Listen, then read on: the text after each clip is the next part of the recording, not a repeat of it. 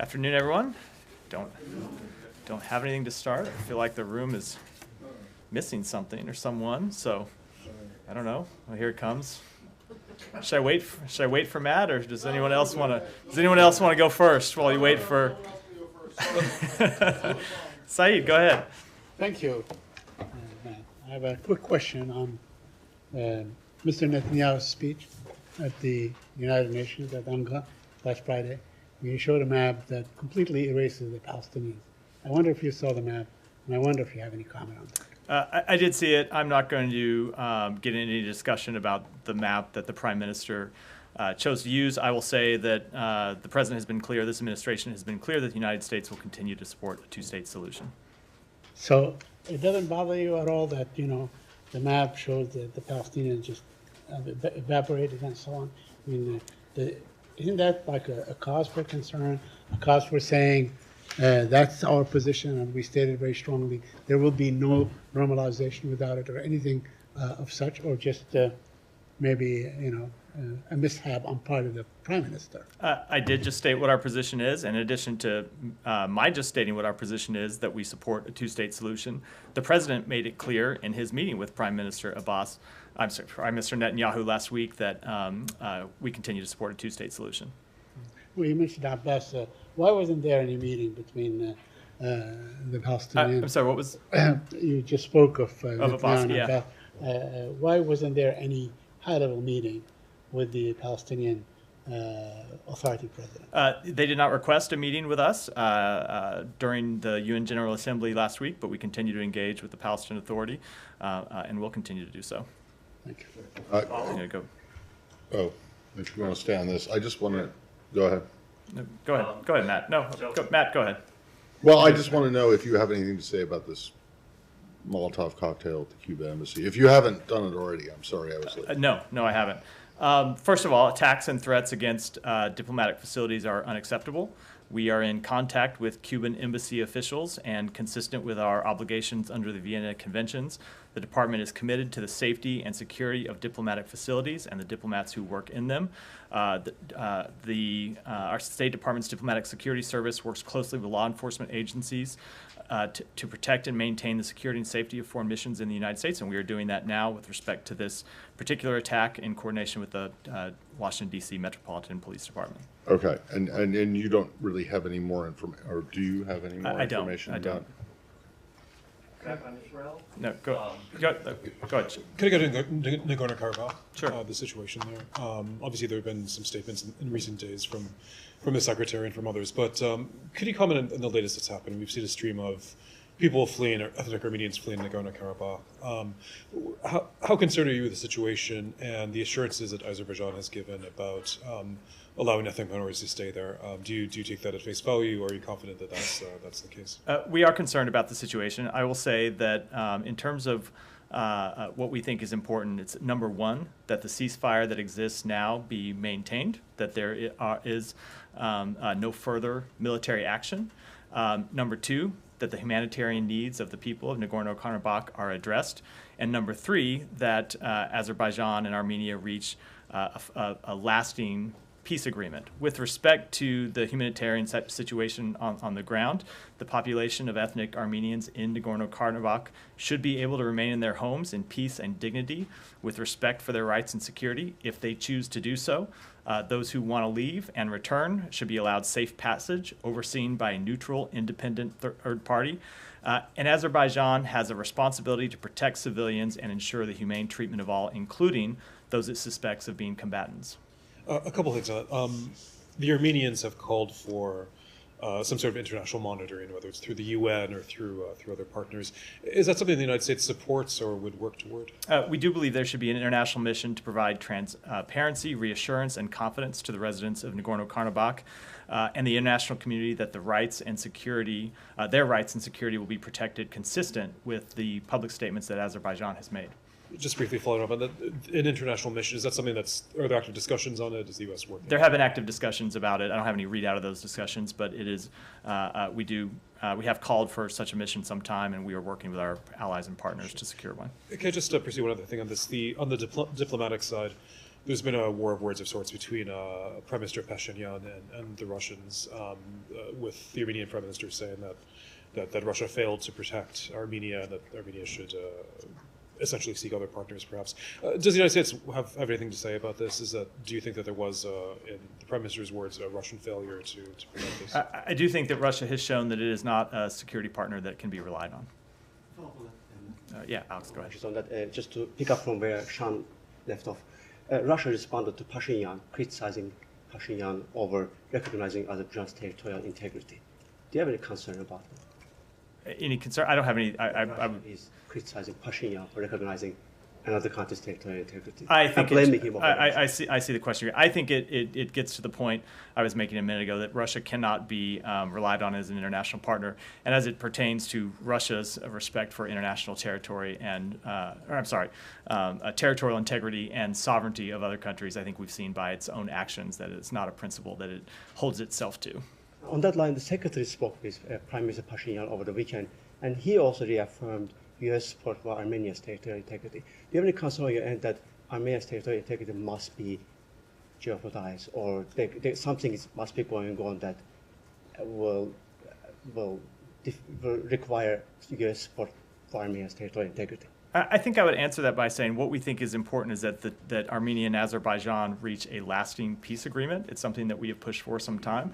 It's something that we have said publicly we believed was in reach if both sides were willing to make difficult compromises. Obviously, we have not seen that happen in the last few months. I do note that President Aliyev and Prime Minister Pashinyan have announced that they are going to meet next week. We think it's important that they meet and ultimately bridge the divide that between their two countries. My final question in terms of meetings. The Secretary told us on Friday that he has been in touch with the leaders, highest level, which is right, he called the President and the Prime Minister. But it struck me that he was in the same building with the foreign ministers for 5 days and he did not meet with them. Is it a recognition of state of play in the context, not in Azerbaijan? You think the contention is that the Secretary's engagement with the leaders of those two countries shows a lack of commitment? I mean, he was in the same building with the foreign ministers, his counterparts, but he did not meet with them. He was in regular conversation with the leaders of those two countries. I think that shows the depth of his commitment to resolving this issue. In addition, Administrator Power and Acting Assistant Secretary Kim are in the region today. I think it's a stretch to question the depth of our commitment when you see the diplomatic engagement that we've had from the most senior levels over the past week. The fact that he didn't meet in person when he's talking to the leaders of the two foreign countries, it would be a mistake to read anything into that. Can you expand a little bit on Assistant Secretary Kim's trip? She's going to be in both You countries. said the last one was your last question. I will answer this one, and then I'm going to move on. I'm going to move on to someone else.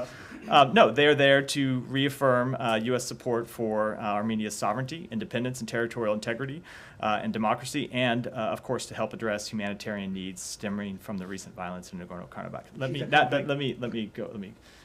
going to hold you to that one being the last. If you wanted to comment on Turkish President Erdogan going to Azerbaijan, given the situation, he's arrived in this exclave. And there's discussions about transport links between Turkey and Azerbaijan, which would go through Armenia. Is that something that the U.S. has a view on? I'm not going to comment on that specifically, other than to say we have been engaged with the Turkish government on this issue. It was one of the issues that Secretary Blinken discussed with his Turkish counterpart when they met in New York on Friday. We continue to hope that all of our allies and partners could play a constructive role in reaching a lasting agreement, and that, of course, would include Turkey. But I don't have a comment on specific proposal. It came up can you give any more sort of specific on it came up as in the Secretary expressed a specific opinion or I'm not, other than him expressing the same opinion that I've just expressed publicly here a moment ago. Jen, go ahead. Switch to Niger. Of course. France announced they would withdraw their military forces by the end of the year. Does this have any impact on the U.S.'s posture there? Any moves forthcoming from us? It does not change our posture. I will say that the Secretary did meet on Friday with members of with ECOWAS member states to discuss the political crisis in Niger. We continue to call for the National Council for the Safeguarding of the Homeland to release President Bazoum and his family and all the other members of his government who have been unlawfully detained, and to take steps to restore democracy in the country. Has there been any engagement with the junta since Tory Newland's trip there? We have ability to get messages to the junta when it is in our interest to do so, but I don't have any specific conversations to read out. When was the last time a message was conveyed to them? I don't have that. I And don't know that. lastly, do you have any updates on Bazoum's well-being? We continue to be concerned about his well-being, the fact that he continues to be under detention and has not been released. It's been a matter that has concerned us for some time. We do have engagements with President Bazoum and have regular conversations with him, and it is that concern for his well-being. That concern for his well-being is one of the reasons why we call for his immediate release. Go ahead. Yeah, go ahead. Ladies Go. first. No, go ahead. Oh, thank you very much. Back on the Cuban embassy attack briefly, Matt, the Cubans have characterized this as a terrorist attack. Does the department have reason to agree with that characterization at this stage? There is an ongoing law enforcement investigation into the matter, and I think it would be inappropriate to speculate on motives before we know the outcomes of that investigation. Do you disagree with that characterization? I don't have any reason to either agree or disagree without seeing the evidence from that investigation, which is ongoing. Okay. And then on a very separate topic, understanding that Secretary Blinken met with Vice President Han during UNGA, is there any clarity now on the timing of an expected visit by Foreign Minister Wang Yi to the United States? No, only that as we've said previously, we do expect him to visit before the end of the year, and we look forward to hosting him here. Yeah. Thank you, Matt. I have one question and one something with regard to journalism. Something, not a yes. question. We typically do questions, but Yeah. go ahead. So the question, my first question is about this transnational murder that has happened in Canada. We have heard several statements from Mr. Kirby, from the Secretary. But from the same podium, when Mr. Kirby was here, I did ask him when Prime Minister Modi was selected PM for the first time, till now when this incident had happened. And I've continuously raised this issue that it's not about India, it's about his leadership and the kind of things that has developed, which has led to transnational murder. And the U.S. has played a vital role in providing intelligence. If you can just give us some further details, any updates, any new developments that you can share with us? What I will say is we are deeply concerned by the allegations referenced by Prime Minister Trudeau. We remain in close contact with our Canadian partners, as the Secretary said on Friday.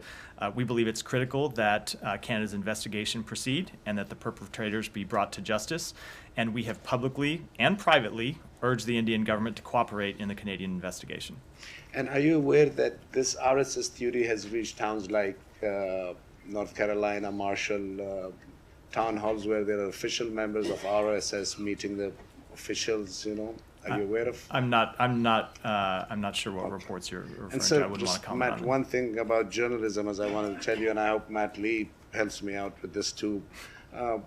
At the White House, since last 8 years, State Department has shown me so much respect. Every time I've come here, they always have honored me with giving me opportunity to ask questions. After encephalitis, I don't know how aware you are, multiple times at the State Department I went. First, I was provided a handicapped stool after Tamara Keith had intervened, and Ms. Karine then called me up that I'm sorry, after 8 months, she tells me that, oh, I found out that you're handicapped. So I just have a humble request to at least talk to the State Department that those journalists who come in health conditions and then their stool gets stolen too, and they're sitting on a wooden piece of plank, and then they don't get opportunity. At least State Department can share their thoughts on those kind of journalists, because in these 8 years, beside Benjamin Hall, I have not seen any journalist in worse health condition than me. And I hope that You guys, can you please raise this question So- from a journalism point that, come on, So, respect at least. I will say I am first of all sorry to hear about the situation. I do not know the details that you're referring to. I'm happy to see you here every day Please. at the briefings and take your questions, as I think I've You have shown in the always. time that I've been here, and I'm happy to look into it further. Thank you. And you're also wrong, it's not just Ben Hall, there are others. Yes. Okay, go ahead. Yes, the question is about Mexico and Russia. Is the U.S. State Department concerned that Mexico, one of your closest partners, invited Russian troops to take part in its Independence Day celebrations on September 16? The Ukrainian ambassador to Mexico expressed her displeasure immediately, but we haven't heard from the U.S. administration. I will say that we did find that to be an odd decision. I don't have anything further on it. Go ahead. Thank you very much, Matt.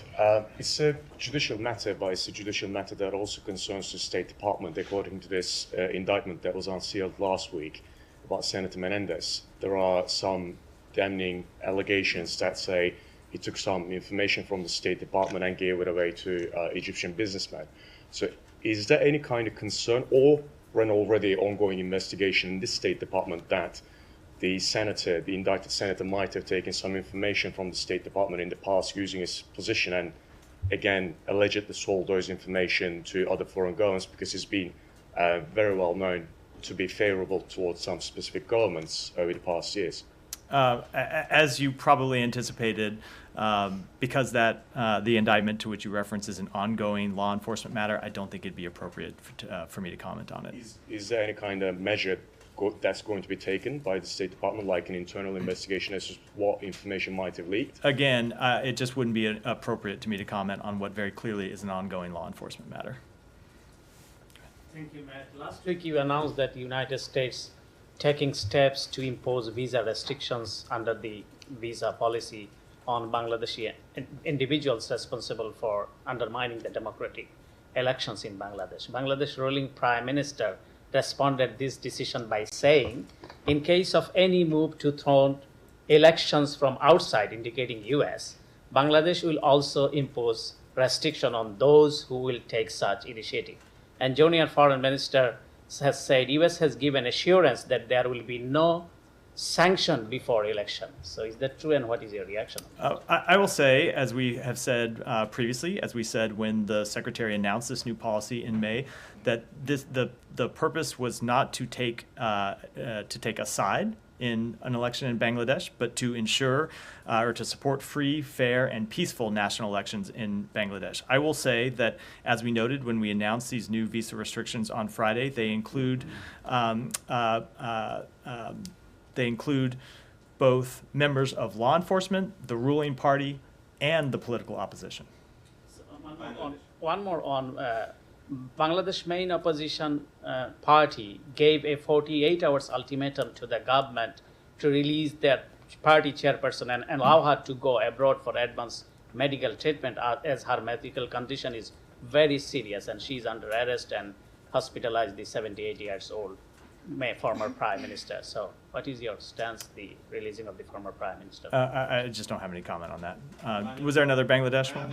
Yeah, go ahead. Thank you so much, Matt. Just one concern. The U.S. ambassador in Bangladesh mentioned 24th September in Bangladesh of inclusion of media person on new visa restriction raised a huge concern.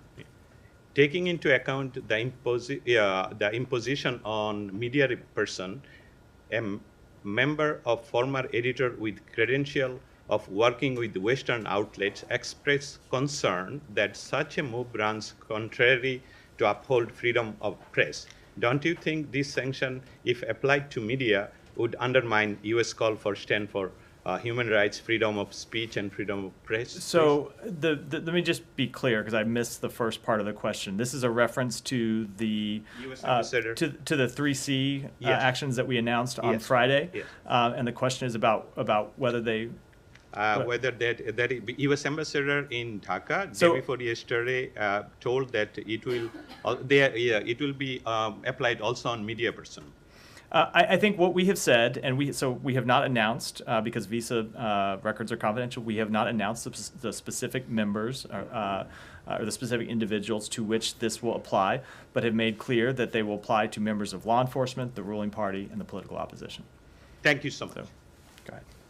Thank you. Gabriel Escobar, in an interview with the Pavlovic today, told me that Curtis' letter to Secretary Blinken, in which Kosovo Prime Minister is accusing Lajčák and Borrell of colluding with Russia to have a biased approach towards Kosovo, is factually incorrect. And he said that the president of Kosovo also should condemn those attacks on the partners of the U.S.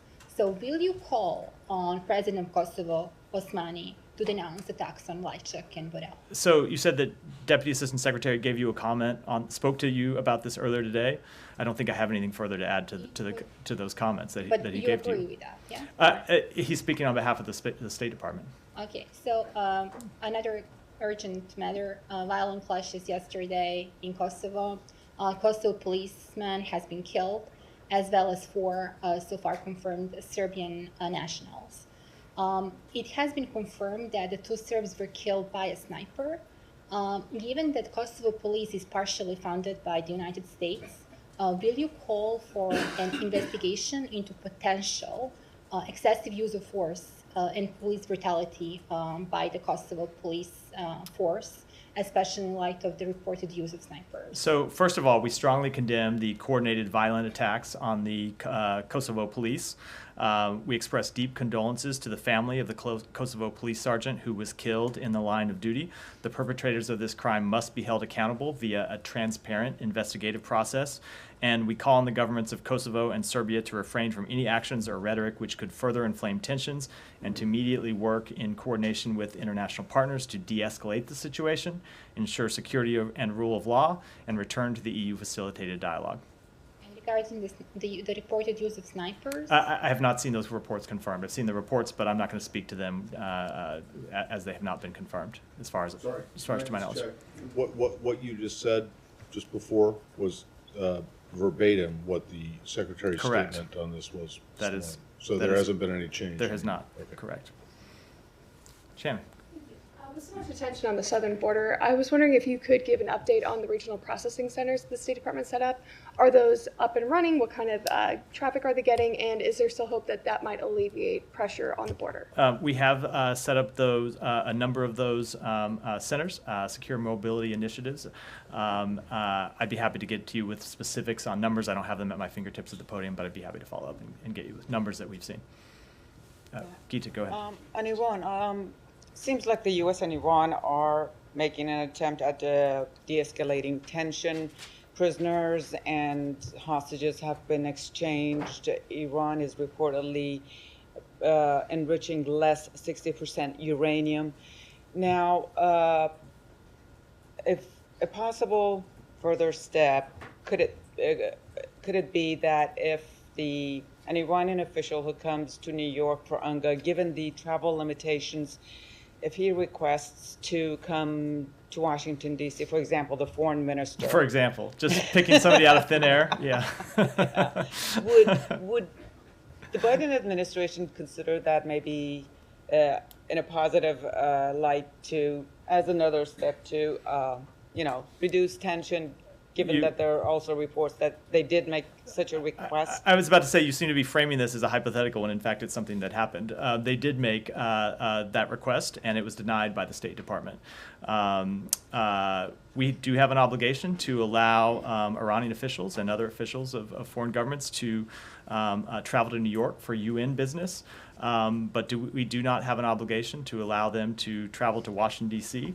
And given Iran's continued wrongful detention of not continued anymore, but given Iran's wrongful detention of U.S. citizens, given Iran's state sponsorship of terrorism, we did not believe it was either appropriate or necessary in this instance to grant that request. As you mentioned, hostages and prisoners. There's also a report that a U.S. national died in an Iranian prison in the past few days. What do you have? What can you tell us about this person? Is he a U.S. citizen, a green card holder, or what? We have seen those reports. He is not a U.S. citizen, to our knowledge. We have no records to indicate as well that he was a lawful permanent resident. I will say, however, we are still alarmed by the reports that he was denied medical care by Iranian authorities while they were in custody, while he was in their custody, and we of course express condolences to his family. Did the administration even know of the existence of this person who was at some point was here in the United States? Again, And- he's not a U.S. citizen, to our knowledge. We have no records that he was a green card holder, a lawful permanent resident. As you might imagine, we are not tracking the status of every person in Iranian custody. We're aware of American citizens who to whom we provide consular, or to whom we request and provide consular access around the world, and of course the wrongful detainees whose release we secured last week. But no, we are not tracking every individual who might have lived in the United States at some point who's been detained in Iranian prison. No, go ahead. Thanks, Matt. Yeah. Nishant from Nikkei. I was just wondering if you could comment on the impact of a potential government shutdown on State Department's ability to process arms sales, especially to Taiwan. So we do have the ability to, well, let me start by saying I don't want to get too far down into a hypothetical, something that hasn't happened yet, and we hope will not happen and do not believe should happen in any instance. We do have the ability to continue to provide arms to our allies and partners in the event of a government shutdown. That has been true in the past. But of course, when you have people at the State Department and at the Defense Department and other places in the government who are not able to come to work, obviously it could affect the pace of delivery. I'm not speaking with respect to any one country, but overall could affect the pace of delivery of weapons, and that's something that would be of concern. And you can be certain that our adversaries would be watching. And it's one of the reasons why we think Congress should take steps to keep the government funded. The executive director of the CITES Armenian National Committee of America, Aaron Amperian, made a social media post yesterday in English where he criticized Armenian Prime Minister over the situation in Karabakh and the security officer guarding him. In one of the posts, this official said, quote, "The moment an Armenian guarding Pashinyan values his soul more than his paycheck," unquote, which is sort of an appeal for or an encouraging a security guard to take an elected prime minister out. So is it in line with the US democratic values and the law that a director of a prominent lobbying group based in US making such a call? And is it okay that that same director in the US make efforts through social media to overthrow a government and even asks for a use of armed force for this purpose? So I haven't seen the post to which you're referring, and I'm always hesitant to comment specifically with respect to things that are read to me for the first time at the podium. I want to see the full context, not that I can imagine what it would be in this instance. But I will say, speaking generally, of course, we always condemn threats against government officials or any attempts to overthrow lawfully elected governments. Do you have any comments with respect to what happened in Canada, in the Canadian Parliament on Friday, and in general, what is the U.S. position on glorification of Waffen-SS veterans that's taken place in Ukraine, Latvia, and Estonia every year? The position on what was the? I just missed you. What with respect to what happened in the Canadian Parliament, in the House of Commons on Friday, with a standing ovation to a Nazi veteran? I will admit that I was at the United Nations General Assembly on Friday in a full slate of meetings, and I'm not sure the report to which you're referring. So. One more question. Oh, yeah, go ahead. Former Fox News host Tucker Carlson said in an interview to a Swiss... This will be good. Yeah. He said that the U.S. government obstructed him from taking an interview, interviewing Vladimir Putin. Do you have any comments here? Do you know anything about it? I have no idea what he's talking about. Go ahead. Question for North Korea, it seems like North Korea has allowed foreigners to enter their country from 25th, and I'm just. I'm sorry, enter from where? From where? So North Korea has allowed foreigners to enter their country from the 25th. Mm-hmm. So I'm just wondering, are you expecting diplomacy to DPRK and the approach get like more easier to compare to before? I wouldn't say that. I would say that we have always made clear that we welcome diplomacy with North Korea. That has been the policy of this administration since the beginning of this administration, but North Korea has rejected it at every turn. Thank you. So, Alex, go ahead. There's so much discussion going on potential government shutdown. I'm just wondering if the department is considering an exempt for its Ukraine operations, giving, so you don't want your operations to be uninterrupted. That is a legal question that pertains to who is allowed to work during a shutdown and who is not allowed to work. The same answer that I gave a minute ago would apply with respect to Ukraine, which is we are able to continue to provide assistance, military assistance, security assistance in the event of a government shutdown. But when you have a number of people who aren't allowed to come to work, that could affect the pace of any deliveries. It's why we think a shutdown would be so concerning and why we would urge Congress to fund the government. Thank you. And my last question, a Moscow court last week rejected an appeal request from Evan Gershkovich. Do you have any reaction to that? I know it's been long ago, but we haven't seen it for a long time. No, I mean, my reaction is the same as it's been every time in every turn of this situation, which is that we urge his immediate release. We reject the Russian government's characterization of him. He never should have been arrested in the first place. He should be released immediately and allowed to return home and be reunited with his loved ones. Go ahead. I've got two brief Middle East ones. One on the ever since the latest UN Security Council resolution extending the UNIFIL mandate was adopted, there have been questions about whether the administration is changing the previous administration's policy on recognition of Israeli sovereignty over the Golan Heights. Can you, once and for all, answer the question? Is there a change? Are you changing it? Is the language in the resolution regarding Sheva Farms an indication that something is in the works? I would not take the language as any such indication. Our policy on the Golan Heights has not changed. Okay, if you would not take the language, so why did you sign on to it? We decided it was the appropriate thing to do in this instance, but our policy has not changed. Is it going to? I don't have any announcements about steps to take. Into Western Sahara now? Please. I don't have any announcements to make about steps that we may or may not take down the road. All right. And then secondly... What is the policy? As the Secretary has said, leaving aside the legalities of the question as a practical matter, the Golan is very important to Israel's security, and as long as Assad is in power in Syria, and as long as Iran is present in Syria, there is a significant threat to Israel, and control of the Golan remains of real importance to Israel's security. Okay, well, wait a second. That again tries to split hairs. Do you recognize Israeli sovereignty over the Golan or not? Our policy on that has not changed. The United States has okay, taken a position. So you're talking about hold on. You're talking about the policy of the United States that was enunciated by the Trump administration, and that has not changed. It has not changed. But you won't say Israel has sovereignty over the Golan. I would speak to it the way the Secretary spoke to it, which is legalities, leaving aside the legalities of a question. I understand. Recognizing sovereignty from the previous administration is a legal determination. I understand. As I just said, our policy on it hasn't changed. Well, then it has, because you're saying it's no longer a legal determination. You're just saying... No, I said leaving aside the legalities of the question. Leaving aside, yeah, but you can't leave them aside. I spoke to the practicalities of it.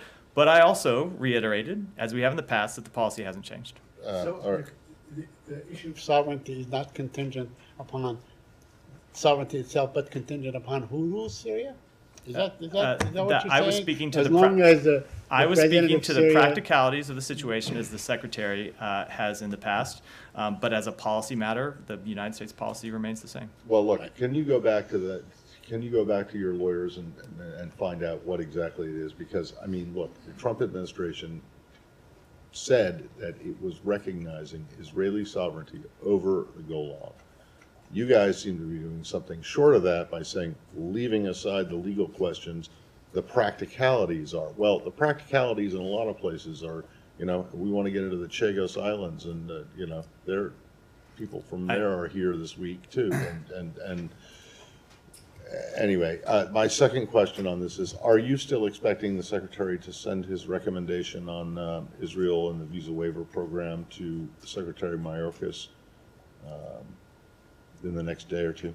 So I'm not going to get into the exact timing, other than to say that that is a matter that has to be determined by the end of the fiscal year, which I think is this weekend, if I have it correct. So It is. It might also be the end of government operations. let's hope not, but you're right about the realities of the situation. So certainly we would need to make a determination in the next week or so. Thank you.